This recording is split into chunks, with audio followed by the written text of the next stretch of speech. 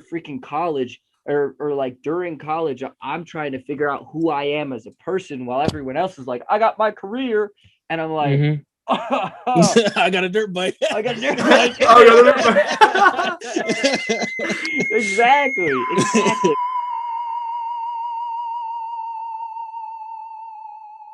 Right. What is up, everybody? We are back. I think this is episode 3 of the Serozonin podcast. I got my boy Cheeto Burrito, aka Tetsuothezombie, here back again. And some great thanks to my man Paul Sarduy for coming in. We had some brief conversations over Instagram and we talked about his story. And, I think us three are going to, touch on some really good subjects and maybe do something positive out of this. I will obviously drop links so everybody can go to your socials and stuff like that. I think what I want to start off with, though, is I want to ask both you guys, what's the dumbest way that you've been injured before? Oh, man. I'll go first. All right. So I was like, I want to say I was around like 10. And, Zach, you're out of focus, by the way. Yes. But I was around like 10 years old and it was my birthday. And there was this girl there. She was a little older. There you go. She was a little older than me. And I was like flirting with her. But at the time, young bull stuff. Like, so I had grabbed like some of my birthday cake and I had smushed it in her face. And I started running. And I didn't think she was chasing me. I was just booking it. So I started running. And then I look behind me and this chick is just hauling at me. Just straight right behind me. Yo, she grabs me, picks me up, and just like suplexes me onto the ground, right? Wait, how old were you? I was like 10, bro. No, you were probably big as shit. Yeah. No, I wasn't. I really wasn't that big back then. But I had got slammed, and then like I got right back up. I just like stood up, and then I just remember like touching my head, like, damn, that hurt. And then I feel like a bump on the top of my head, and then I'm like, what the hell is that? And I look at my hand, there's blood. And I'm like, oh shit. So then I'm like, hey, I got a bump. I went back to my grandma. I'm like, hey, I got a bump on my head. She said, let me look at it. There was a rock lodged into my head, bro. No. That chick could have took me out in that alley. You got suplexed by the Undertaker. Yo, for real. And I almost got taken out. It's gotta be the dumbest way to get. Like I was trying to flirt, put some cake in her face, and then I get suplexed in the alleyway. All right. That was pretty dumb. All right. All right. So I have a more. All right. I like motorcycles. I'm a motorcycle guy, and I've had many, right? And I tear them down, I mess with them, and everything like that. So out of the blue, my dad texted me, and I hadn't seen him in 17 years, right? And I was like, he texts me up. He says, hey, man, like health is declining. Let's go take a ride together.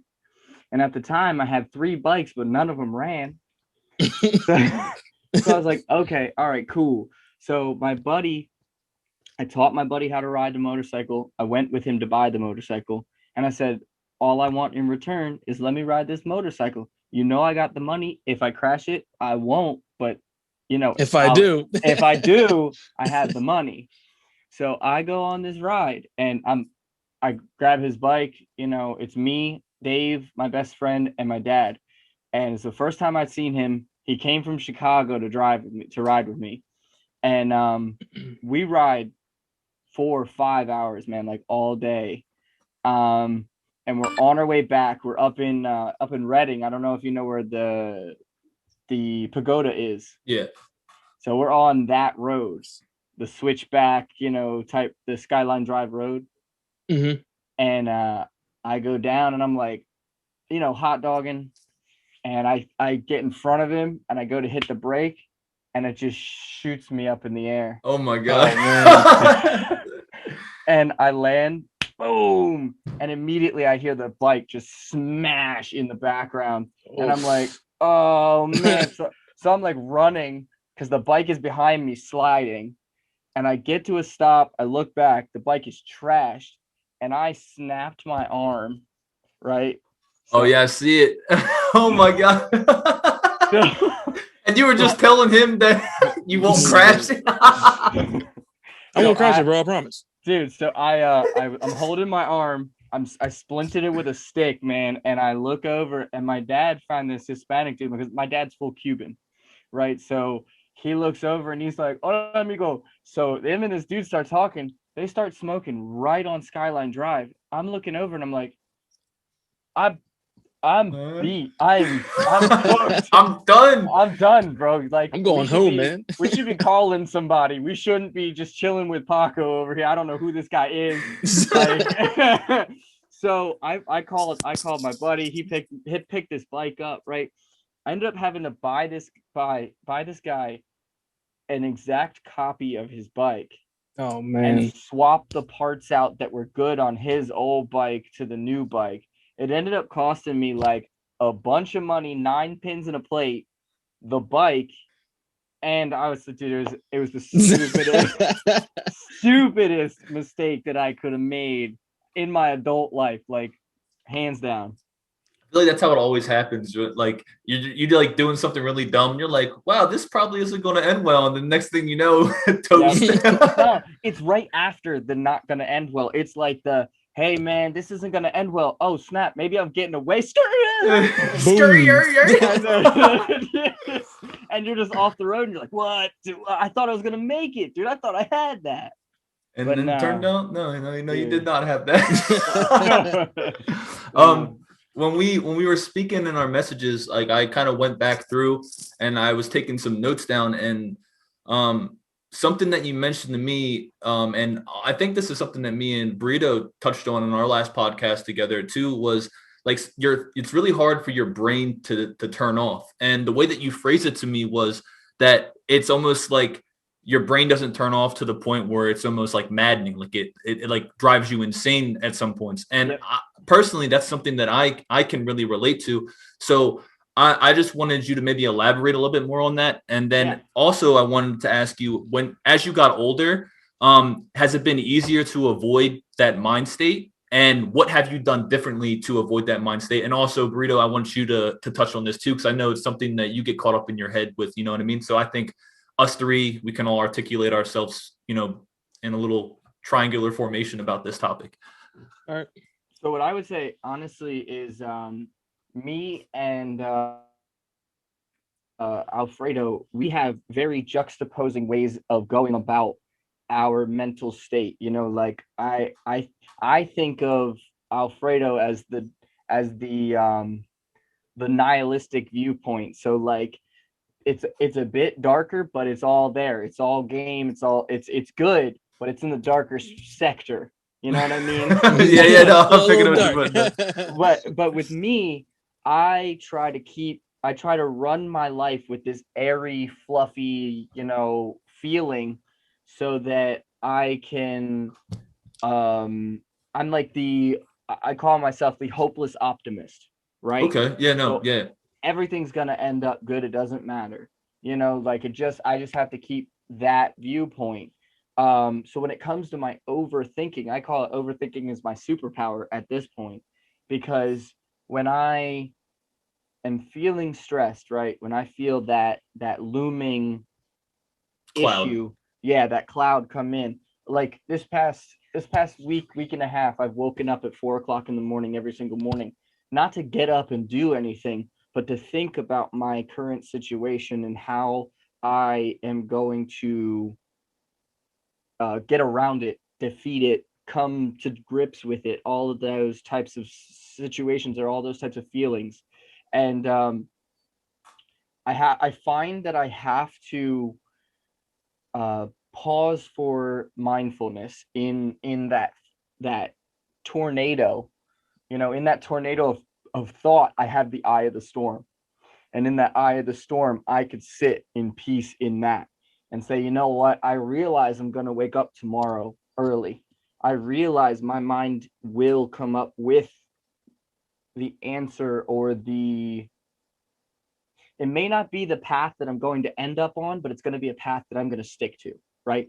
So I know that if I have to get to this destination, all I have to do is take 3 lefts. And if I end up taking 3 lefts, but the third left is a little earlier or a little later, that's okay. because I know where I got to be, right? So I pause for mindfulness in the eye of that wild storm. And I take that time. Me pausing for mindfulness, example of that would be like listening to Mike Love or listening to spiritual music so that I can sit in that moment and say, everything is going to be okay. I just have to work through it, you know? And then that storm can start whirling up again and start coming around again, but it's okay because I had that time to sit down and say, Yeah, you're centered. yeah, I'm here, and this is where I need to be to get to where I need to go. So your approach is to, like you said, find the eye, find your center, and then traverse through that storm again once you're centered. I'm centered, center myself in the center of that storm. You know, it could take 2 weeks to come through that whole period of my emotional state. But in between those 2 weeks, or when I feel that it is necessary to say, you know what, whoo, let me sit down, let me calm down, let me understand that everything that I do now is not a mountain, it's a molehill. You know, everything that I do now is merely another shovel to build that mountain. You know, so I don't let my maddening mind get to me as an adult anymore. I find it my superpower anymore because everybody else walks around like zombies. They're like, you know, I have like they just green space, it's called, where they're good, but there's just a space. There's nothing. Just green space. I love the way that you phrased it, the way that you were really able to put your thoughts in the words. It's something I never thought about looking at thinking about my thoughts as a tornado, because it really can be, especially when you're alone at times, or, you know, the night times or the early mornings, it can really get to you. You know what I mean? Yep. So I love the way that you phrase that. And I'm also curious, Cheeto, at the beginning, he basically said that you guys have the opposite approach to this, right? So I wanted to get your standpoint on it, if you're okay with that. So repeat like the question you gave him, just so I can. So, basically, I forget the exact way that I phrased it, but more or less what I was asking was, when we talked in our conversation on Instagram, he mentioned to me that his brain has a hard time shutting off, and it was something that I could really relate to. You know what I mean? So I asked him, as he got older, like, what were some ways that he was able to cope with that? You know what I mean?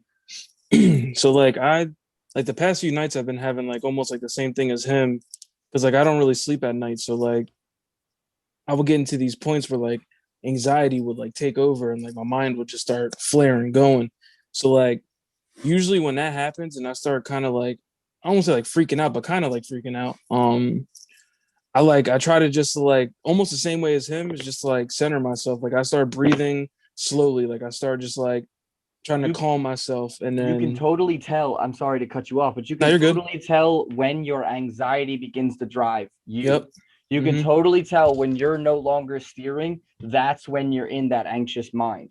You know, like when I apologize for cutting you off, but no, you're good, bro. When you're like, it's not like I was out of control, but it was like I just wasn't as in control as I could have been. Yeah. That's that point where you're like, all right, whoo, let me simmer down now. So it's like, and like those moments, I really try to just like just how, like I said the last time, like think of like, all right, tomorrow, like the new day type thing. Like I try to just like calm myself and just bring peace to myself, even if like it's damn near impossible to at sometimes. But it's like, it's kind of hard to explain. It's like I try not to, because like once you're in that state where like your mind's just going, like you can't stop it, it's kind of hard to stop it. So it's like roller coaster, you're just ready for that. Yeah, the slingshot, I guess, is better, because it's you're in that little slingshot ball, pulled back, and then it's just like you're waiting for it, and it's and then it starts to come down, and it can still be there, and then kind of balance out. So like last night, I didn't go to sleep until like, because like I tried to lay down early, so it was like around like 3, And then, yeah, and that's early for me. So it's like, I try to lay down and then that's when it like just smacks me. And like, just like, I feel like the best thing I could do in those moments is just like, because I never like was one to like meditate and stuff like that. So like, I never like learned how to meditate. Meditation comes in it comes in so many forms. I Mhm. like, dude, when you say meditate, you're thinking you're like, Yeah, yeah. But like just that's not breathing is like meditation. a form of Yes, meditation. yes. So like what I've started doing was like the breathing, like just breathing slow and just trying to like calm myself. So like that's like my only way I can think of that like to like get myself out of those situations, just like how Paul said, just to center yourself, find No, the calmness in the calamity. I wanted to kind of bring that around because I noticed how he said that you guys are kind of polar opposites, but even though you guys are polar opposites, the way you look at things, Mm-hmm. um, it's I think it's very important to remember that we can all kind of come to that same realization that Mm-hmm. even though we deal with it differently, when it comes to that moment, like a lot of times we can get through those situations by just like you said, finding that eye of the storm in your head and realizing like, yo, tomorrow's another day or next week's another week. Sometimes you got to take it hour by hour, minute by minute, but you know, We're all all, human. yeah, We're all human, man. I could probably talk to someone in Taiwan right now, and he would probably say, when I feel anxious, I start to breathe. You know what I mean? Like Mm-hmm. it boils down to this, like, we all, not to be the nihilist here, but we all think that we have this like snowflake life, that no one else has our problems or our internalizations of a Mm-hmm. problem. And like, I've got to say it, we're really not that special.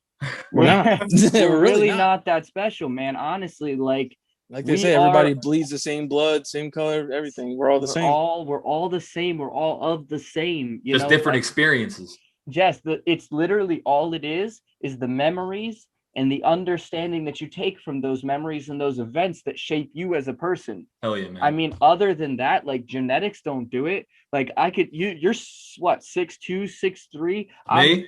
yeah. No, I'm like No, six, Zach's seven, six six, eight. eight. And I'm like 5'7", and yet still, like, you twist your ankle, you still feel the same pain that I do. Right. You get broken up with, you still feel the same pain that I do. Like, we don't have to say genetics do anything. They don't. I mean, like, if you were genetically disposed for an angry, or if you're an Italian or whatever you want to call it, Mm-hmm. then you can work through that. That's totally workable. But the only thing that really shapes you different than the person next to you or the person that's sitting in this room, and you internalize them differently. That's it. We're not special. I don't We're know if it human. happened for Burrito too, but for me, you kind of cut out the last like 3 seconds of what you were saying. I don't know what happened for him too. Yeah, like froze for a second. But only for like 3 seconds. So like your Okay. last point, just So it's just the fact that we nothing other than the memories that you have, or the way that you internalize them, are going to shape you as a person. And beyond that, we are all flesh, blood. We're all the same. Mm-hmm. So when you were talking about the difference between experiences and all that kind of stuff, it makes me think a little bit about. So when I was 16 years old, I had a really bad concussion. I was medically excused from school for an entire year, and after that happened, I dealt with a lot of like anger issues, and that's when my anxieties really started to like stay with me. And the experience point that I wanted to talk about was, I had another question that I jotted down, and my thoughts was, how has your overall mental health affected relationships of all kind throughout your life? Um, but yeah, you got really happy when I said Well, no, only happy because of the fact that I have actively now. My mantra is sit in your shit, because a lot of the times, a lot of the people that don't grow are the people that don't sit in the shit that they made, right? Mm-hmm. But I've realized throughout my entire life, now I suffer heavily from ADHD. Like, I whatever you want to call that. I know that the disease itself is changing nowadays, but whatever, I was the Ritalin baby in the 90s. I was that kid. I was hyper dependent on it until I made it through my second year of college. And then I became so manically depressive that if I didn't get my goals done for the day, I wanted to kill myself. So I was on the pill until the day that I stopped school. And then I was like, you know what? I don't deserve to be living a life that is counting golf balls. I deserve to be living the creative life that I was meant to live, even if my brain tells me that, or even if my teacher tells me it's wrong, my brain has to be right. Right. So I learned from a very young age that I was short tempered. I was very, um, now I call it spontaneous, but I would back then have called it like uh impulsive. That's the word that the teachers, that's the word they use. The phrasing. Like, there we go. so I was impulsive and I was short tempered and I was aggressive, because I come from a broken home. I am a product of a single mother who had to work when, she had to work. We weren't, we were buddies, but like she was working 60, 70 hours a week, So I came from growing up on my own and learning how to do the whole thing. So when it came down to it, I lost so many friends when I stopped taking that pill, because I became the person that I actually am. So at first I'd cry and I would it would really hurt my feelings that these people didn't want to have. But finally, I'm 28 years old, and I finally, like the past 2 years, 3 years, realized that if you didn't want to be in my life because I didn't have a fucking pill around, then you didn't know the real me. And when you got to know the real me, who wasn't short tempered, man, I'm all love. I am all about it. I'm not impulsive. I just love to do spontaneous shit, man. Like, hey, I bought a dirt bike like 2 days ago, and I was like, bought a dirt bike. Like, oh, cool. And I love that you brought like that this, up like, because because I was diagnosed with depression at like a young age, and they had put me on medicine, and I did not like how that shit made me feel. So like it literally like straight up zombie. I didn't feel like myself. So like when I took it, I just felt like I was a ghost just walking along, like, because I was in school. So like I would walk around, people would know, yo, you sleepy? Like, what's going on? You getting sleep? I'm like, nah, it's just the medication, man. So like I stopped taking it, and like I felt the difference. So like where it was like I'd rather deal with my mental health issues than be not myself. Like I'd rather be myself than deal with that. Two things. One, you are blessed that your mental, that your mind doesn't have control of you. You are blessed that you have the ability to cope with what you have. That is an amazing thing. There is many people out here that when that pill doesn't exist, they don't exist, Yep. So I'm very blessed to know that you have the coping mechanism and the skills and the determination to stick through that, because that truly does take a lot. Like I had to learn how to cope. Yeah, I had to learn how to cope with being me. Like after freaking college, or like during college, I'm trying to figure out who I am as a person, while everyone else is like, I got my career, and I'm like, I got a dirt bike. I got a dirt bike. I got a dirt bike. Exactly. So like, yeah. So something that is kind of like I could say that my life was different than yours. Go back to experiences. Is both of you guys seem to have your run-in with medication at young ages, right?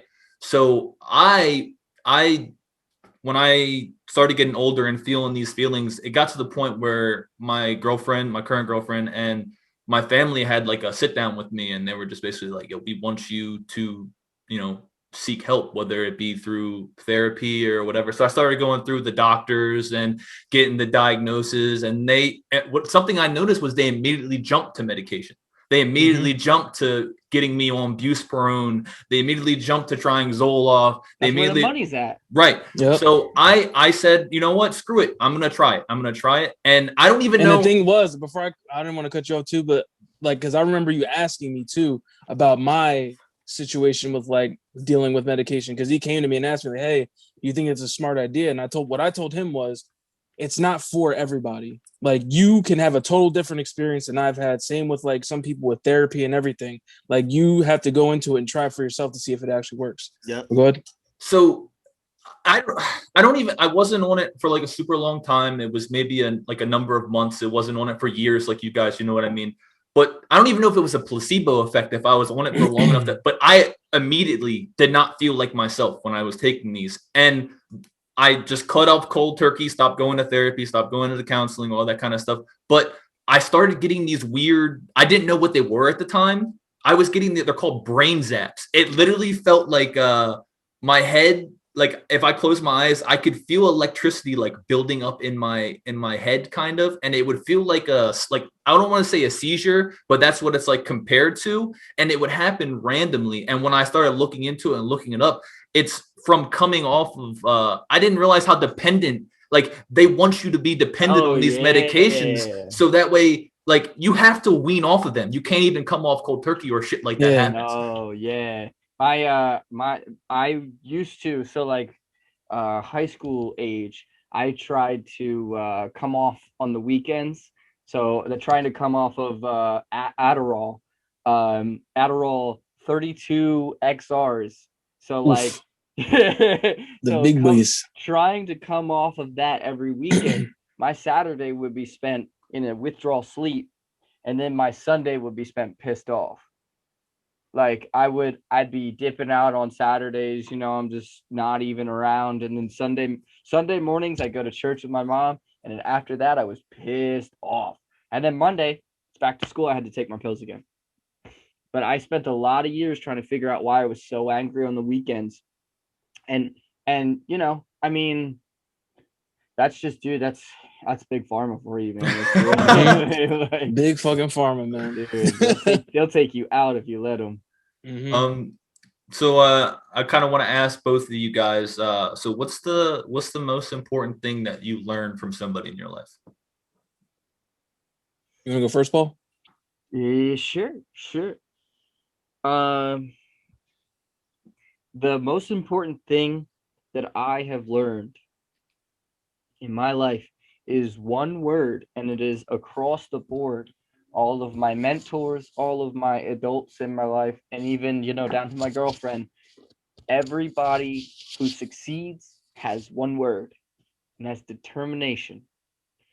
Because a lot of the world that we live in and a lot of people in the world today, they don't have the determination to get you to the next level of whatever you're trying or whatever you're doing.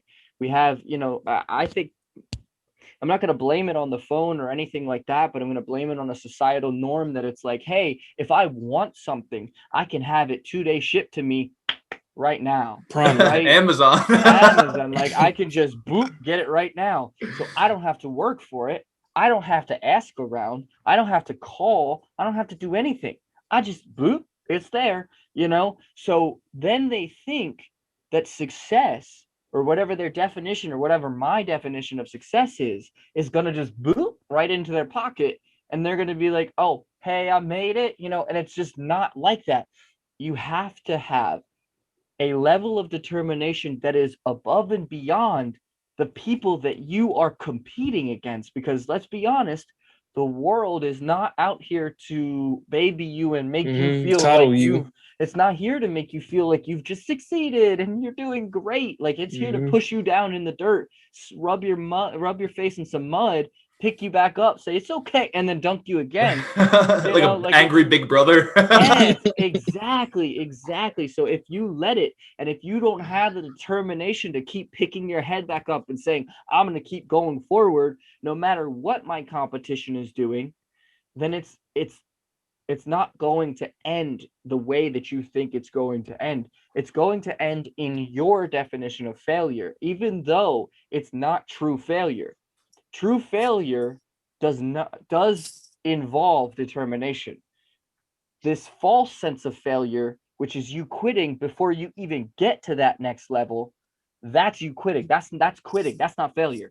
That is in no means ever going to be defined as what I would define failure as, because when you fail, which is super minimal, it's only going to be after and above and beyond when you have put 100% into the task After that you you are tried. trying, because you got to try to fail.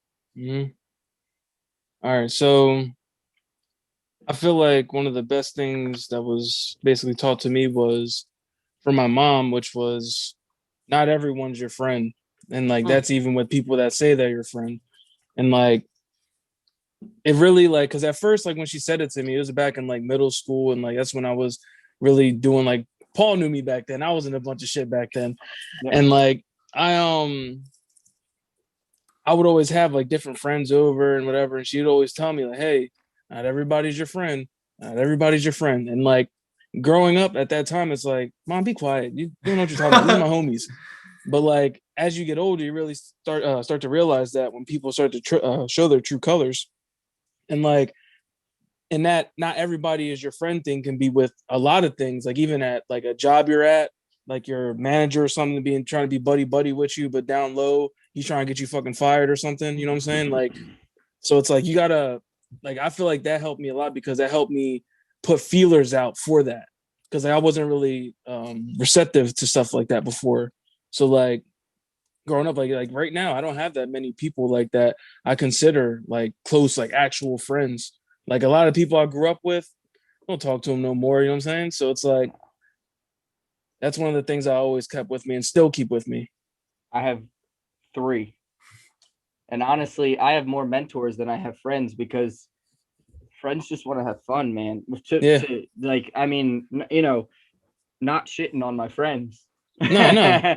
But friends are only there to, have a good time, or whatever. No, I have more mentors, and my mentors have turned into my friends because I call them more than I call my friends because I'd rather have good influences in my life that know me, that know where I'm trying to get to, than I would have. And honestly, one of the reasons I'm super stoked to move is because I'm sick and tired of motherfuckers acting like I'm still the same kid as when I was a kid.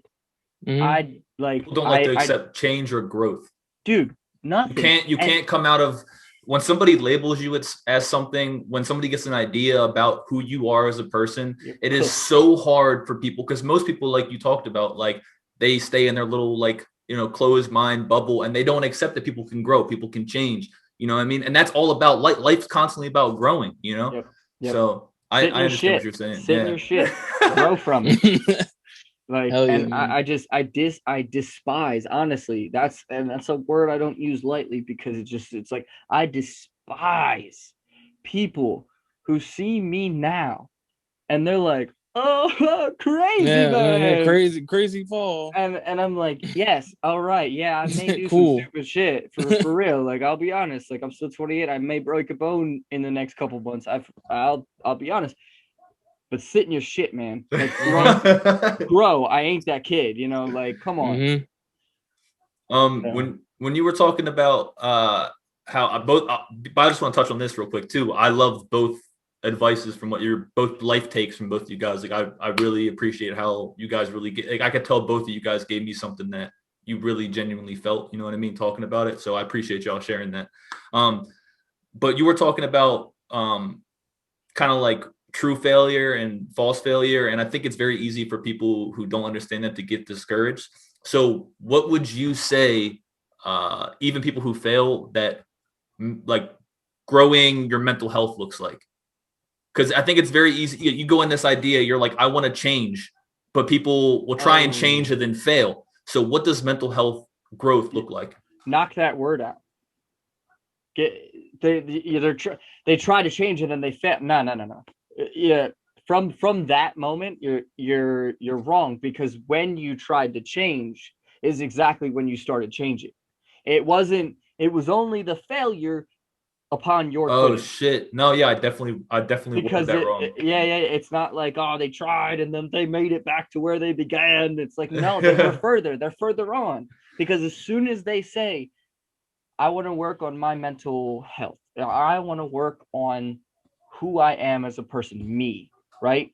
As soon as that's whether you're in NA, whether you're wherever you're at in life, they're going to say the first step to starting is admitting that you aren't where you want to be. And upon Yep. that, Back you to can't, sitting in your shit. yeah, exactly. You can't fail from there because that's the point in which you begin, right? So Damn. if I start to do yoga, right?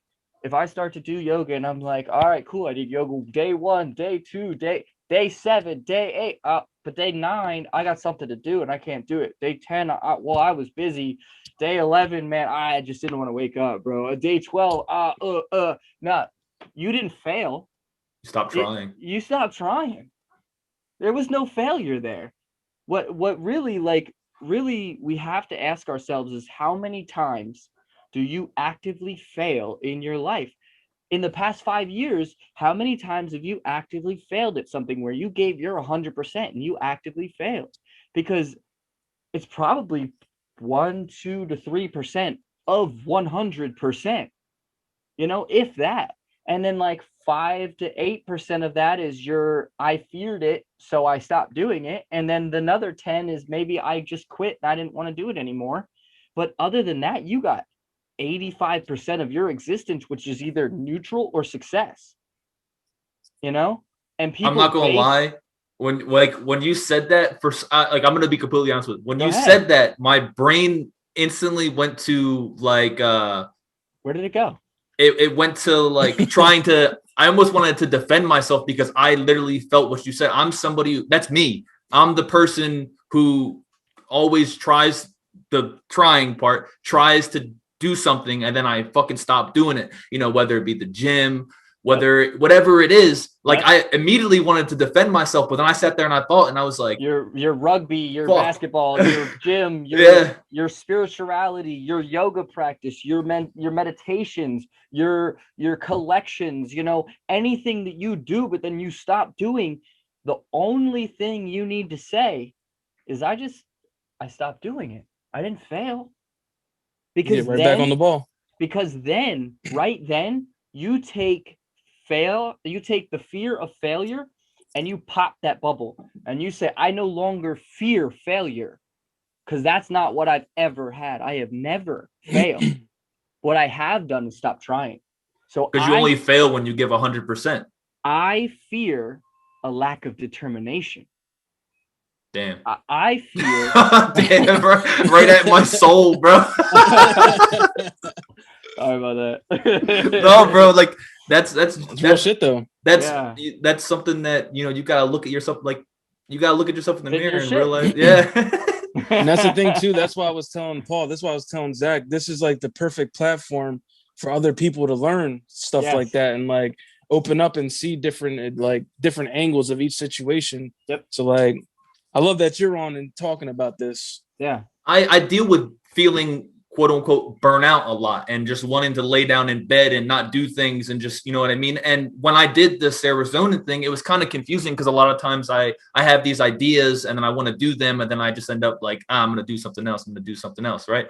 Yeah. But this was something that I made 100% promise to myself when doing it. No matter what path it goes, I'm not ever going to give up on it because I always give up. And, I had to tell myself, like, this is something that I'm never going to give up on. It doesn't matter if it takes 5 years, 10 years, 20 years for the rest of my life. You know what I mean? Look, the difference is at some point you can grow out of it. You can grow beyond it. That's okay. But it's just when you give up on you, that's when your mind gets this negative connotation that like, man, I can't stick with it, man. I'm not someone who can, I'm just not as good as I want to be, I'm not, I always just fail at this or da da da da da. No, if you've grown out of the gym, if you've grown out of this podcast, at some point, if you're like, hey man, I loved it, I gave it everything, I truly enjoyed every time that I was there, but now at this point in my life, it's not serving me. That's okay, man. That is okay. And you need to say that it's okay for you and for your brain and for your mental health to say, hey dude, I never quit anything. I have never quit. I have just grown beyond it. And I've grown into such a better person, and I've grown into better hobbies and newer skills and things that fit my being at this time. Because Zach at 16 wouldn't have sat here and talked about men's mental health or mental health in general with anybody. You know, you might have wanted to be out just hanging out, kicking it with your friends. You might have wanted to be out playing basketball or doing whatever, but like you grew out of that and you grew into this. So it's okay to grow out of things. Don't worry about it, but give it your all when you're here. You know what I'm saying? No, bro. I couldn't even like look. It's weird because I can't look you in the eyes, but the entire time, bro, you like captured me. Like that's Yeah, dude. That's fucking okay. that's awesome. That's great. And honestly, the better that you can talk to you, the nicer that you can talk to you, the better that your outcomes for your hobbies will be. Because if you can say, hey man, like I tried this before, I grew out of it, and I found the podcast. And now that I found the podcast and it fits me now, man, now I'm gonna give it. Now I'm here. Now I am here. It was ready for me, and I am ready for it. You know, 2 years down the line, 5 years down the line, you're like, hey, I did everything I could. I nailed that podcast every single time I was on it. I nailed it, right? And you're like, all right, now there's too much noise. Now I got a baby in the house, man. Now, because I wanted to start a podcast. I love the idea of being on podcasts, but I have a 3-year-old screaming in the other room. I don't know if you can hear her, but she's still trying to get my attention right now. Mhm. And like, I had to give it up. I had to say, no, I don't have that right now. And that wasn't me failing. That wasn't me giving up on me. That was me saying, hey, right now just isn't the time. You know? Like you said, the next 3 lefts be the right. Yep, exactly. Because it could lead me right back here. It could lead me right back to hosting a podcast. Who knows? But you know what I did is I said, hey, I want to be creative. I want to be understanding, and I want to talk to more people. But I can't devote the time to a podcast, you know, right now. So what I did was I picked up a guitar and I said, you know what? I'm gonna learn the guitar. Forget whatever, dude. Because it may lead me back to singing on freaking Facebook Live and having people communicate with me that way. Who knows? I don't know. Could happen. But I'm happy that I'm here. And you're happy that you're here. And Alfredo, you should be happy that you're here. You know what I'm saying? Yeah. Like we should be stoked that we made it to the point we're at now, because that's exactly where we need to be. It was never failure. It was never this like lack of success that made me curl up in a ball and sacrifice for a podcast. No, you want to do this. You want to be here. You know? And it's crazy you bring it up too, is because like as all the stuff that I've been through and dealt with, now I feel some of the things like coming up, because like I have like merchandise coming soon. So like I have like my thing going too, just with like the same thing with Zach. So like I love like where I'm at right now, even though I still battle those demons. Yeah. Yeah. You're still on that path. You don't know which left you're gonna take, but bro, it's there. Yep. Hell yeah. Can I ask both of you guys to share a secret on the podcast that you haven't really doesn't necessarily have to be like you did something bad, but something that maybe you don't tell a lot of people. It's okay if no. Also, that's perfectly fine. If it's a no, I don't want to go there, then you know. I got one. Yeah, you're out of focus again. That's okay.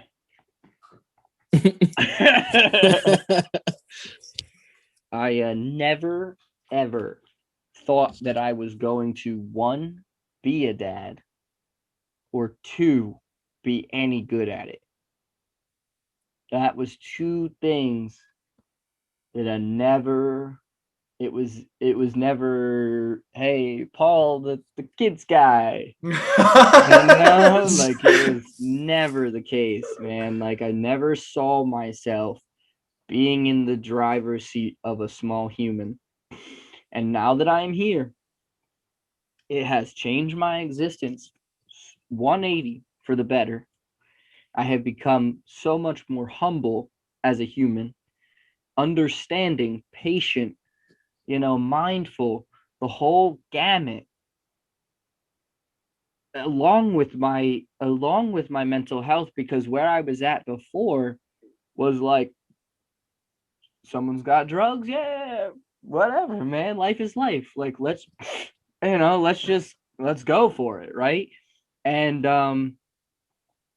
I have been able, or blessed, really, I have been blessed with this wild child that has looked up to me as their main person in this world, right? And it's something that it's a position I never thought I'd be in. I'd always thought that I'd either skim through that and just skip the whole thing, or because I never had a father, so I never knew what a father looked like, right? So I thought I'd be a shitty father because I didn't know the blueprints that everybody else had, but all I did when I was gearing up to do it was, I'm just going to do the opposite of what my dad did. I don't know. If he wasn't there, I'll be there. That's where I started my thing, man. It was just like, I just got to do the opposite because I don't know what else, but yeah, that's just one thing that's a secret, is like, I didn't think I'd be in this position. And now you are. I'm here. And you got a dirt bike. And I got a dirt bike. Damn. I can't really think of anything I'd like secret wise. It's okay if not. Yeah, nah. Maybe another episode. Maybe I'll think of something. No, again, this is something that I don't know if you guys are gonna be able to remember, but both of you guys have a memory, a small act of kindness that you'll never forget that someone showed you? That someone showed me? Yeah, that you'll never forget. Something maybe as a kid, or somebody that went out of their way to be nice to you. Something that it could be so like dumb, like somebody gave you a brownie at lunch when you didn't have anything to eat or something like that. But for some reason, it's a memory that you have. Do either of you guys have a memory like that? Can it be one? Go ahead. You go first. I was gonna ask, just like, can it be an act that I have done for others? Sure. Yeah, we can go there. That's fine. All right. So back in middle school, I was very truant. I think the 1 year I skipped every Monday and Friday. The judge looked at me and was like, "Dude, what are you doing?" I was like, "What do you mean, what am I doing?" He's like, "Why aren't you going to school Monday and Friday?" I'm like, "Well, it's Monday. I don't want to go to school." Fair enough. And then Friday, hey man, it's Friday. It's the weekend. You know what I'm saying? So then he drilled it into me like, "Yo, you need to go to school, whatever, blah, blah, blah." So then I get to school, and then Mr. Kramer, he had pulled me to the side and he's like, "Man, like, what's going on? Do you need, like, you're not waking up in the morning, or do you need rides? Like, what's going on?" I'm like, "I just don't like being here." But like Mr. Kramer, if it wasn't for Mr. Kramer, honestly, I probably would have failed 8th grade. I wouldn't have went to the high school with my friends. I probably would have still just been skipping school and gotten into more trouble. But he went out, bought me an alarm clock. If I missed school, like if I didn't wake up, he drove past my house every morning on his way to the school. So he was like, anytime that you don't get to the bus or whatever, give me a call. I'll just pick you up and I'll take you to school with me. I'm like, all right. So like awesome, that, man. Yeah. So that, like, him doing that for me helped me out so much, because from that point forward, I kind of looked at school differently. Like, you knew someone cared. Yeah. So like I passed 8th, and then like I think throughout my entire high school like years, I only skipped, I think, like intentionally skipped. I think I only skipped once, and that was just senior skip day, because it was senior skip day. Hell yeah. We went to Shady Maple for ours. Yeah, I hear you. So it was like whatever. So, but like him helping me out in that situation really helped me out, like in my future, like like no one, like there's good people out there that really do care and want to look out for you. That was like one of like the main things I can remember from back then. That's awesome, bro. Both Mr. Cesarsky Mm-hmm. and Coach Coyne were my two people from middle school and high school that like. Coyne was a homie. Yeah, Coyne was dope Mm-hmm. until He was. I got the assault charge, and then he was the union rep for the Oh school. man. So he had to, he had to like show his school colors, man. Mm-hmm. And after that, that's when my high school career was like, I'm gonna come, but fuck y'all. Like, I'm gonna do what I'm gonna do, but I may leave early, I may get in late. You're not gonna say anything. And they were like, yeah, true. Whatever. Yeah.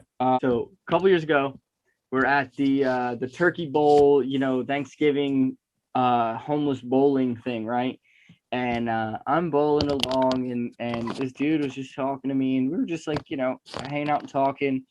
And he kind of told me his story, and he was like, yeah, like I made it to Pennsylvania to watch my mom pass away, or like, to see my mom, and she ended up passing away super soon after I got here. And he's like, I just, I didn't have the apartment anymore. She kind of just passed away, and he's like, all the rest of my family is in Texas. And I was like, well, why aren't you there? And he goes, well, I just haven't got enough money for a bus. And I was like, oh, bet. I was like, so what I'm gonna do is, I said, I'll give you my number. Text me where you need to go. I'll get you your ticket, and then I'm gonna reach out to all of my friends, and I'm gonna see if we can put together like a gift basket for you, just to send you along your way.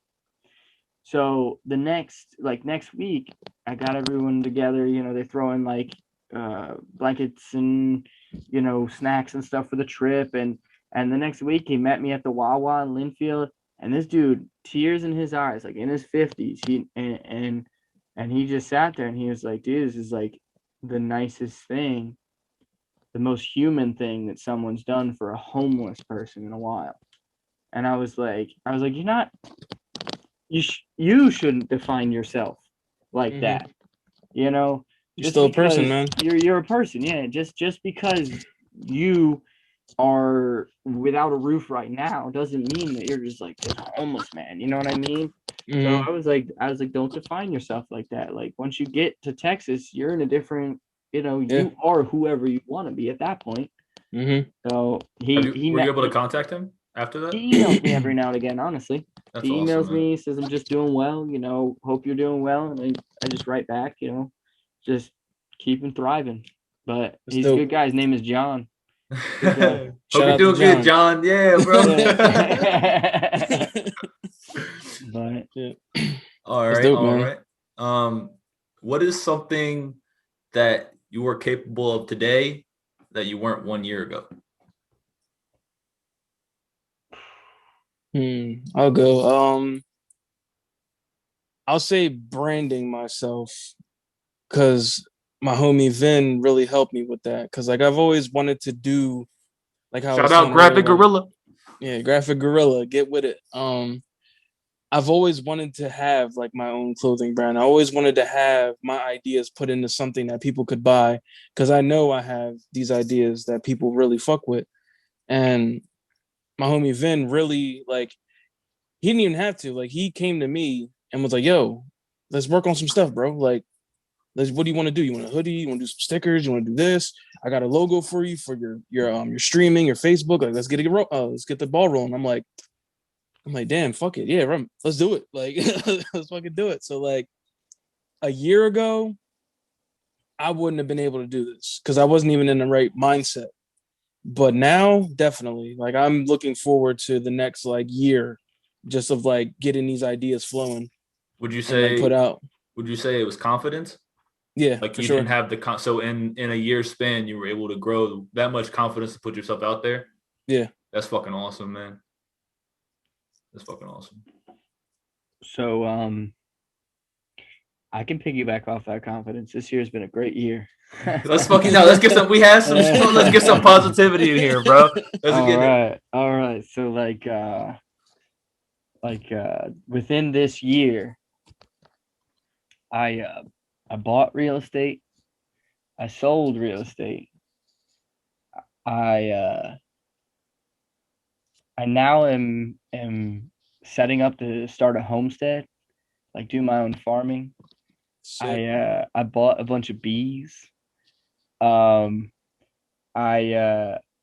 my company up here is now merging with the father company down in Tennessee, and it's pretty much growing from like 3 to like 23 people.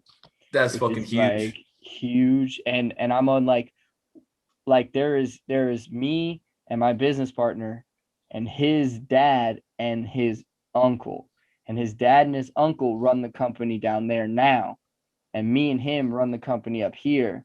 So like we're going down not as like the scrubs, like whatever. We're going down with like the intention of like making their business as profitable as possible, right? Mm-hmm. And so for someone to look at me, right, and be like, all right, I think you can take my company and I think you can make it into something, bigger, better, more leaner, you know what I mean? Whatever. Mm-hmm. And and so I'm fit to take over the sales department essentially. And confidence, man, confidence. Mm-hmm. Just like step up, dude. Like if like step up. That's like the best intentions ever. If that experience, or if that pitch comes across the plate, man, step up and swing for it, dude. Because they're like, and talking about the failure, like it's based off that, man. Once you figure out that you're not gonna fail, dude, like there's nothing that's gonna take me out. Like I don't care. I don't care if there is a meteor that smacks down in the middle of this country. Like I'm gonna be fine, bro. I'm gonna be good. Yeah, because you're in Tennessee. Fuck it. I'm chilling. But like even not like I still own the house. I still own the house up here. I'm still like, dude, I just and I did it like I did it with two things, man. Trust your mentors. That's another thing I want to say this year taught me. This year taught me to trust my people. Because like Vin, like Zach, like Alfredo, like you trust your people. You know that they have your back. You know that they have your best intentions just the same as you have theirs. Yep. So like having that core group or that tribe, and then trusting in them and saying, you know what, dude, are you going to the moon? Ah, cool. I'm going to the moon too. Let's build this ship real quick. Let's go.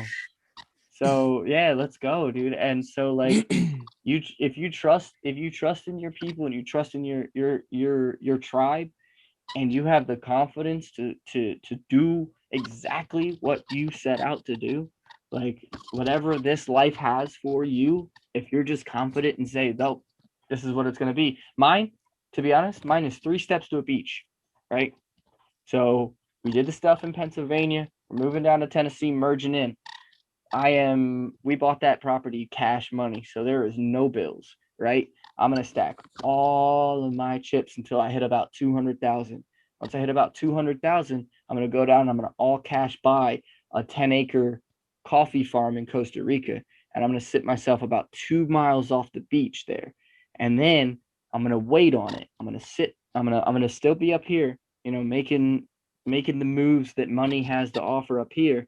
And then once I hit like 45, I'm out. Peace out. Peace out, guys. I love you. You can catch me on Skype or whatever, but like I'm seeing have you. Paul on the podcast. You on the beach. But people behind them getting coffee, just like That's fucking awesome. Yeah, that's my plan, man. I don't know the minute details of it yet, but I know that the 3 big stepping stones, man. I'm going. See you.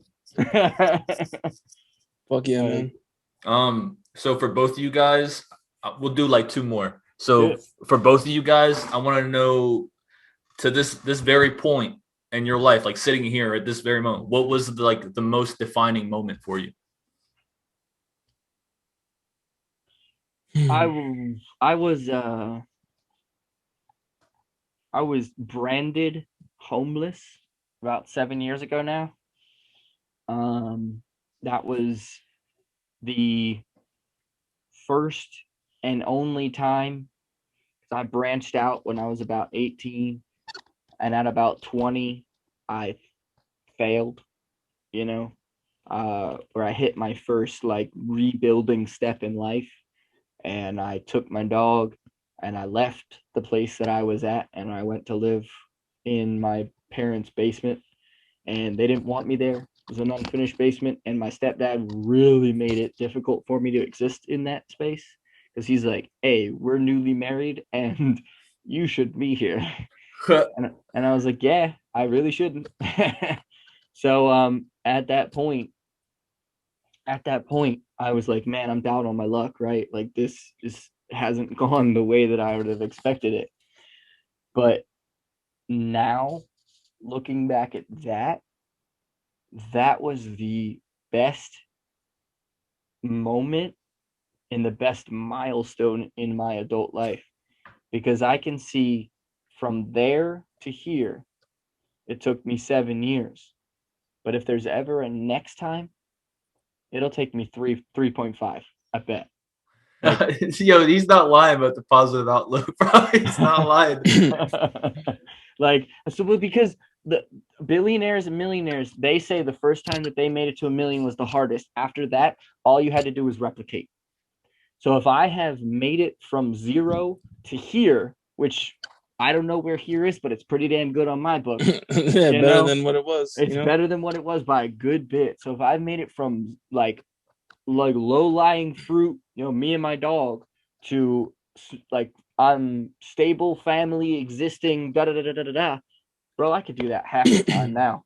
Now it's just a matter of copy and paste. It's just getting to it. Yep. And so I feel like far harder.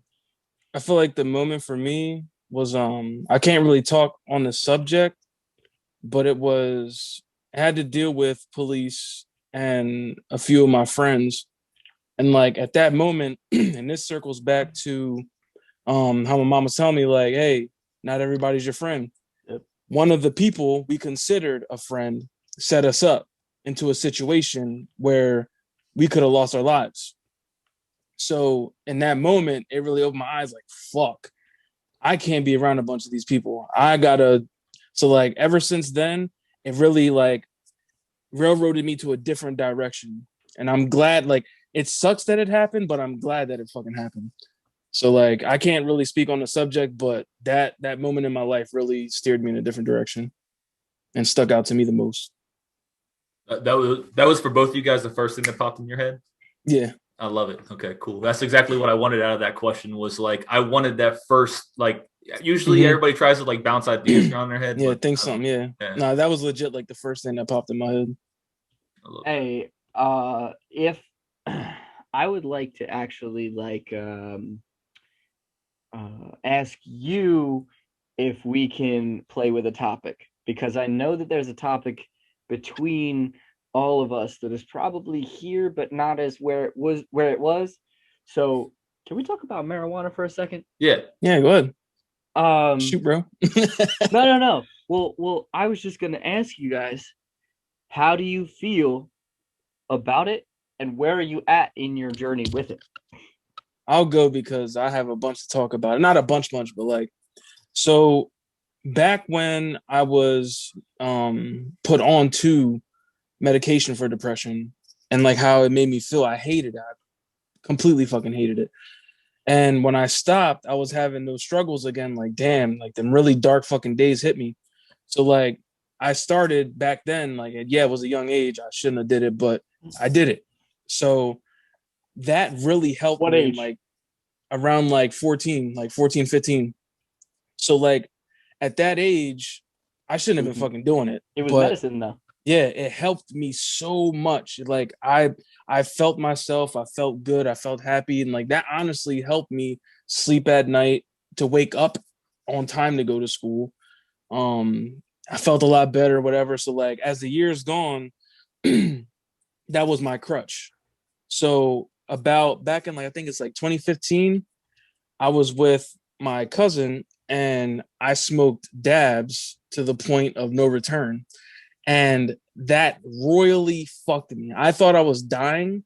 So like from that point forward, almost have like a PTSD type like moment with weed where I can't smoke anymore, bro. Like I legit I can't smoke. Like if I'm in the same room as people smoking and I just smell the smell of weed, I get very anxious. And like if I do smoke, I'll get fucking panic attacks. My heart will start like beating out of my chest. I can't do it anymore. So it's like I miss it. I miss the fucking shit out of it. But like it's not for me anymore. So like I needed to like grow out of it and like find my own like peace, like way to find peace. And like I'm still to this day struggling to find that peace, but it's a lot easier than what it used to be because like I don't have that crutch.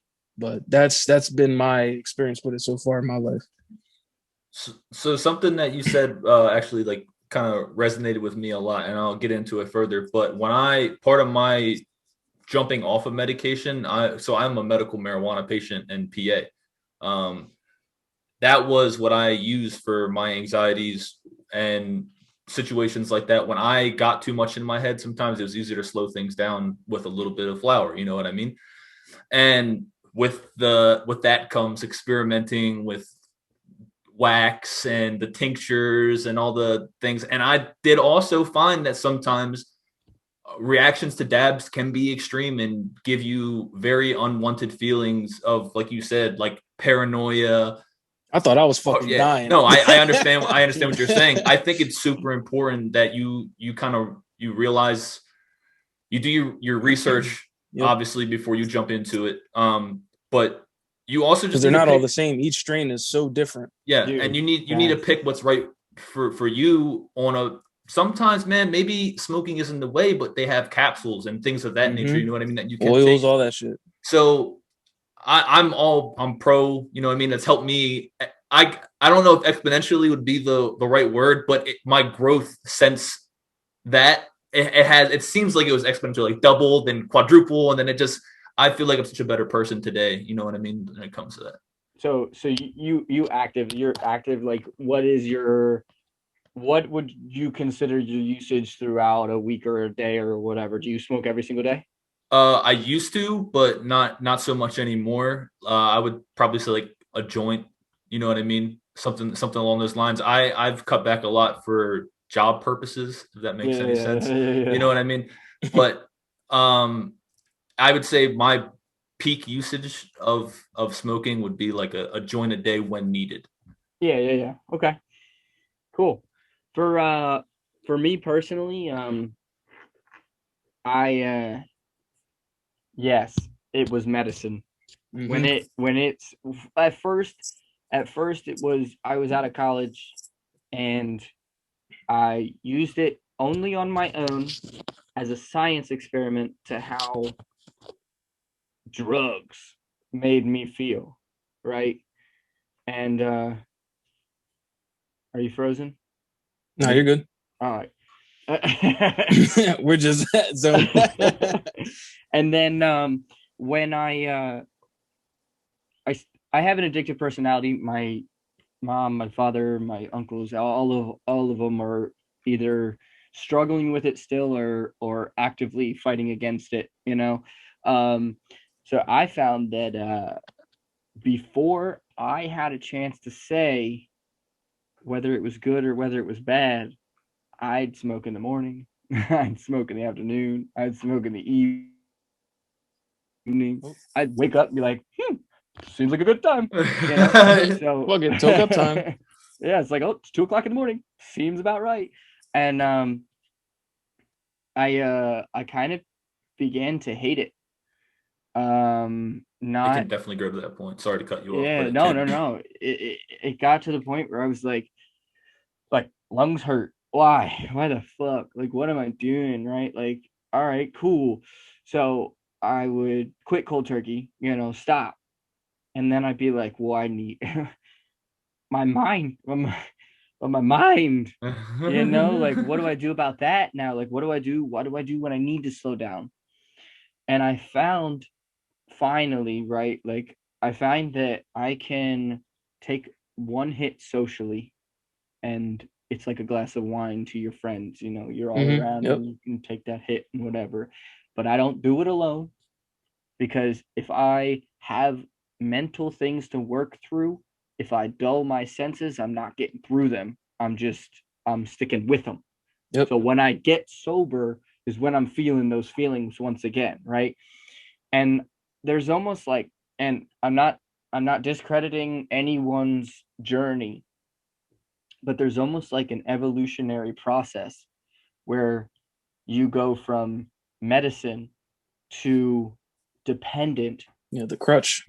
to like Realization. to realization, to this point of like evolution where you're like, oh, okay, this is what this means to me, not how society believes that I should be having it, not that, one Milking way or full the other. bongs, you know what I mean, Right. all the time, and just sitting there Dude. and slumped into your. Oh my god, bro. The Like, fucking commercial with the deflated girl. dude. She Smoke smoked weed 3 or you'll be. marijuanas today. I mean, that's a big reason why I said, like when needed. Yes. When I said Yeah. before, because there are times when I can go weeks without smoking, but then there's That's also awesome. there's times when I'm like, I just need to slow my brain down a little Yeah. bit. I needed a Yeah. little relaxation, and I'm in the place right now that I haven't had it in my house in like probably about a month now. I do have herbal, like I do have this, like I bought it on Amazon. It's this like bear claw herbal like puff, but it doesn't get you stoned or anything. It's actually herbs, right? Just because of the oral fixation of like hitting a hole and being like, oh, okay, that was my relaxation moment. And that's what I was gonna say for you, Cheech, is like, try this herb out. Like, it's not it's Is it like definitely, it's just like literally just like a herb, like it's not like it's like a mugwort, rose petals, like it's literally like herbs, and you put it in and you smoke it. It does not smell like weed. It does not taste like weed. It's got a minty aroma to it, and there's Mhm. different blends of it. But like there's a relaxation one. There's I'll definitely check it I've out. never even heard If of that. anything, That's yeah, fucking if yeah. awesome. anything, send me some links, I'll send you a link to it, and then we'll because put those in the description too for other people that might want to because check it out. it hits the same way, it tokes the same way, and I can sit there and toke on it all night long while my friends are getting blitzed. You Blazed, know, baked they're ziti. they're all like, "What were we talking about?" And I'm like, "Yeah, yeah, whatever, dude. Like, I get it, but I don't feel." It's kind of like the O'Doul's to my marijuana usage. You know what I Yeah, mean? It's yeah. like a non-alcoholic beer that I'm sipping on. Hmm. Like, hey guys, like, so socially I'm cool, Hmm. but like I just don't want to do what you're doing. Yeah, But for sure. no, I definitely recommend it. But like, I'm at the point where I haven't had it in my house for like a month, and my friend, they were having a safety meeting out back today, and I'm gonna break myself off a little piece, you know.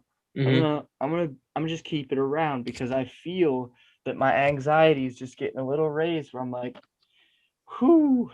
But it's just weird, because I'm such a black white kind of guy, man. Like, it's like, I'm gonna give up everything. Hmm. I'm not gonna drink caffeine this month. Like, I'm not 0 or doing 100. nothing. Yeah, and then the next month I'm like, yo, coffee. Then I hit a bong, and then I'll like chew an edible to go to work. Like, it's like real wonky, dude. But I Hmm. hit that evolutionary stage like 2 months ago where I was just like,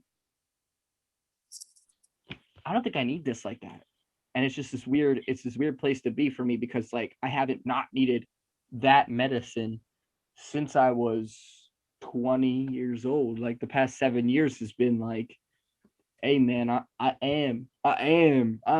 I'm dreadlock rasta, hair like pasta. You know what I mean? I'm smoking with you. But like, it's just not, it's not like that no more. It's Hmm. weird. Nah, man, trust me, I know because I used to smoke a lot. Yeah. A lot. And Yeah. like once that moment happened, like it's like if I look at it now, like if I were to go back and tell myself from back then, like, hey man, you're not gonna smoke anymore. I'm like, man, shut the fuck up. I'm about to light up right now, Dude, man. no, yeah. But I'm like, gonna but blow like some in your now face for it. it's crazy just to think about like because like I really did used to use it as a crutch. Like, all right, I'm feeling sad, I'm just gonna go smoke. All right, I'm feeling anxious, I'm just gonna go Yep. smoke. All right, I just fucking hate the world right now. I'm just gonna go smoke. Yeah. So like I used it so much as a crutch, and now like it's like I'm kind of glad I stopped. Yeah. Because like you said, it dulls your senses. Like you can't really deal with shit. So like I mean, you can when you're like some people can. Like not Yes. that's like you can't speak for everybody. Yeah, no. This Yeah, is not. No, you're not. Yeah. We're not Nixon on anybody else's Yeah. path right now. Yeah. Like, hey, if you It's need just it, us. because at a certain point, I know that you needed it to get over your depression, or not to get over, but to get over the hurdles that existed in that moment. I needed it absolutely. Like I could actually think like the way that real people thought when I was smoking. So I would stay high most of the time to exist like a level-headed human, because if not, I was thinking about how I'm going to make 3 moves ahead of where I was right then. Dude, seriously. So when you said that, that was something that really like drew me in when I was younger, to like, because I wasn't somebody who smoked all the time when I was younger, but I knew like I could go to this friend's house or this friend's house, or you know what I mean? I always knew people. And when those moments happened where I was getting too far in front of myself, that's when I knew. I was like, yo, okay, this is when. And then I would start smoking for a period of time, and then I would just be like, all right, it is what it is. You know what I mean? Yeah. And when you were talking, Burrito, about you were saying, oh, I'm mad at the world, I'm gonna go smoke, or I'm this.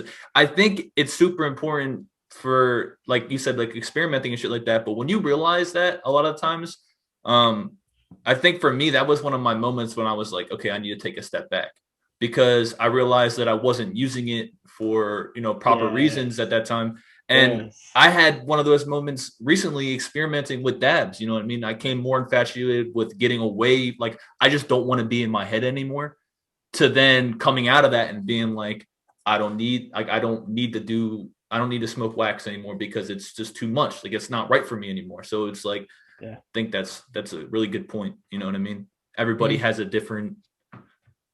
I know what you're saying. It's like, because you can't really speak for everybody. Like everybody has their own thing. Like I can't tell people, oh, don't smoke. I don't do edibles. I don't do edibles. I can never do edibles. You were there the first time I did an edible. Dude, every time I've done edibles, I have either done something stupid, acted a fool, or the last time I literally went and I was meeting my girlfriend's friends and family for the first time. I ended up somehow taking 100 milligrams, bro, and just I was nauseous. I vomited like 3 different times, and like I was done. I was cooked. I was like Big ZD. Man, that's so crazy though, because we can look back on that and be like, wow, we grew. That's a lot of growth right there. Straight up. So then it was never a failure, right? Right, it's a learning lesson. You learn from it. So everybody that gave me feedback on my previous podcast really liked this part of it. You know what I mean? They said there's something that should continue with. I already asked Burrito, so I think this is like a perfect way to wrap it up. You know what I mean? I just want to ask you, what's the best piece of advice that you've ever received that you carry with you to this day?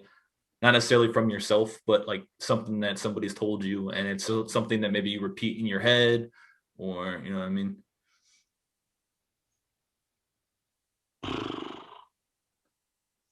Like a mantra? I mean, maybe like a mantra, or I mean, it could be summed up like 2 sentences, or a sentence, whatever. Trust me, man, it was hard for me at first thinking about it. I'm like, damn. Because like that someone else has told me. Yeah, something that you've taken away from somebody else that you implemented, you know what I mean, into your struggles.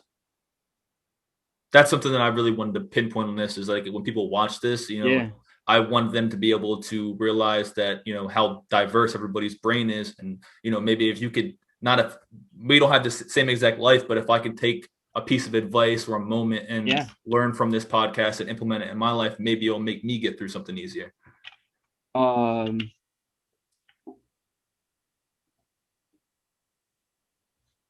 Nothing happens to you. It happens for you. So I don't know if you've caught the draft of how my brain gets me through my stuff, but I think within this past couple of whatever hours, I don't know how long we've been here, but within this past podcast here, it's sit in your shit, don't fear failure, and be confident. And I've based off all of those off of nothing happens to you, it happens for you. And that came from one of my mentors, who is both a business and a spiritual type mentor of mine. He's my bi-weekly call. I have a daily call, a bi-weekly call, and a monthly call. That's just how I speak with my mentors to keep communicating with them and make sure that they know that I'm still on the same path or on a path, right? But my bi-weekly guy, nothing happens to you, it happens for you. So every bad thing, every negative, event in your existence has done nothing but grow you as the person that you are today. So taking away the negativity out of your life is not the way to get to where you want to be, but accepting and understanding the negativity that happens for you in your life is the way to get beyond why it happened. Well fucking said. Right? That's just like marinating right now in my nose. Yeah, I'm boiling up in your I'm noodle. Soaking that in. Hell yeah, man.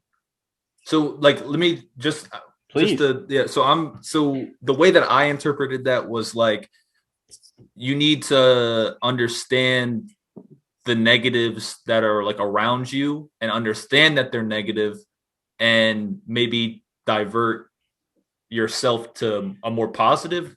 They are only negative for you to realize how to grow beyond it. The only reason that negative event is happening is because you need to grow. It's not about blaming another person. She cheated on me. That job just didn't do, they didn't want me. It's sit in your shit. It's how you need to grow to be beyond that negative influence. Because if you don't grow beyond it, if it happened to you and not for you, if it's all these bad things happen to me, and every time I do, it all happens to me, then you're gonna end right up back there. You're gonna feel that event again because it didn't happen for you. You didn't grow beyond it. You aren't ready for it this time again until you get to the point where you said it happened for me to grow beyond that feeling and that vibe, that event. I don't need to feel that feeling again. I don't need to sit there anymore because I've grown, and it only that negative thing only happened for me so that I could become a bigger, better, badder motherfucker. Oh yeah, man.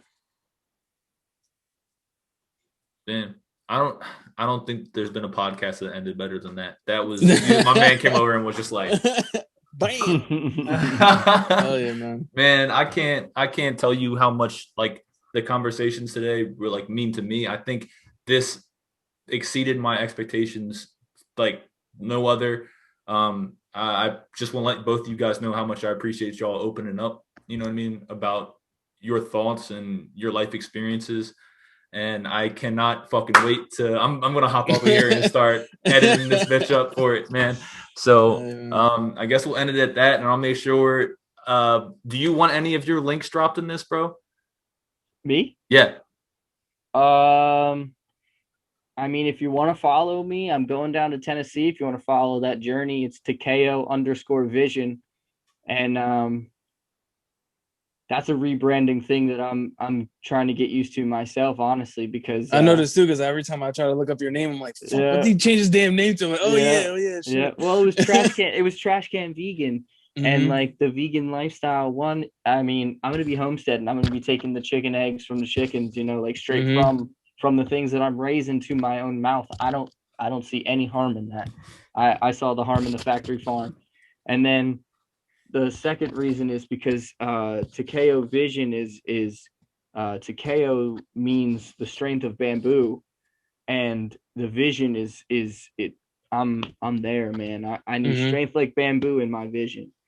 So that's just my little rebranding for when I go down there. Honestly, like I've been trying to do it for many moons, and I haven't had the confidence to do that. So if someone wants to follow me, it's Takeo_vision.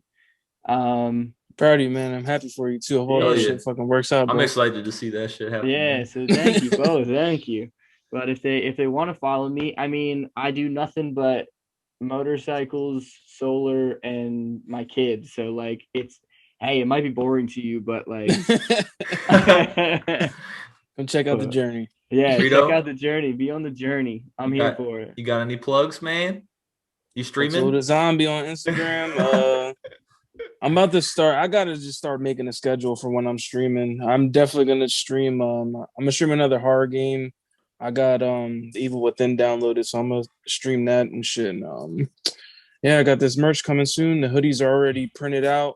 They just gotta dry and get settled, cut up, sewn up, and then I'll have pictures ready to go and then pre-orders up. So Oh yeah, I'll keep man. everybody posted on that shit. Man, this is my favorite one so far, and I think it's going to be really hard to beat in the future. You know what I mean? We might have to do a version 2, version 3, a version Yeah, 4 yeah, if you man. guys are down. But I'm down, I man. think that's what Absolutely. we're going to end it at. And Anytime. again, I appreciate y'all so much for this, bro. I can't wait. Much Thank you love, guys man. so much. Later, Have a great night. Much later, love. fellas.